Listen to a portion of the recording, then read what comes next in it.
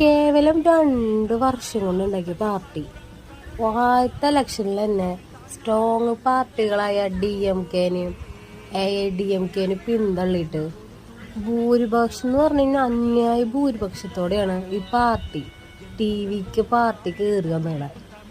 വിജയ് മത്സരിച്ച 2 മണ്ഡലങ്ങളിലെ പേരാമ്പൂര്, തിരുച്ചിറപ്പള്ളി ഈസ്റ്റ്, ഈ 2 മണ്ഡലങ്ങളിലും നല്ല സൂപ്പർ വിജയാട്ടം നേടിയ മുഖ്യമന്ത്രി MK സ്റ്റാലിൻ തൻ്റെ കോട്ടയ കൊളത്തൂർ മണ്ഡലത്തിൽ പരാജയപ്പെടുക ചെയ്ത TVK സ്ഥാനാർത്ഥി VS ബാബുവാണ് വിജയിച്ചത്.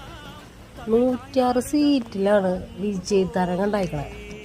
അത്ര എളുപ്പത്തിൽ ജയിച്ചു വന്നതൊന്നല്ല കേട്ടോ. വിജയിൻ്റെ പാർട്ടിയായ TVKക്ക് കുറേ വിമർശനങ്ങൾ കിട്ടിയിട്ടുണ്ട്. പിന്നെ മെയിനായിട്ട് ഈ പതിവ് രാഷ്ട്രീയക്കാരെ മാറ്റി നിർത്തിയിട്ട് യുവാക്കളെയും പുതുമുഖങ്ങളെയും ഒക്കെയാണ് വിജയ് സ്ഥാനാർത്ഥികളായിട്ട് നിർത്തിയത്. അതൊരു പ്ലസ് പോയിന്റ് ആയിരുന്നു കേട്ടോ. അപ്പോൾ വിജയിച്ചതിൽ മനസ്സിൽ അത്രയും സന്തോഷത്തിലാണ് ഞാൻ ഈ വീഡിയോ ചെയ്യണത്. അപ്പോൾ നമുക്ക് അടുത്ത വീഡിയോ ആയിട്ട് കാണാം.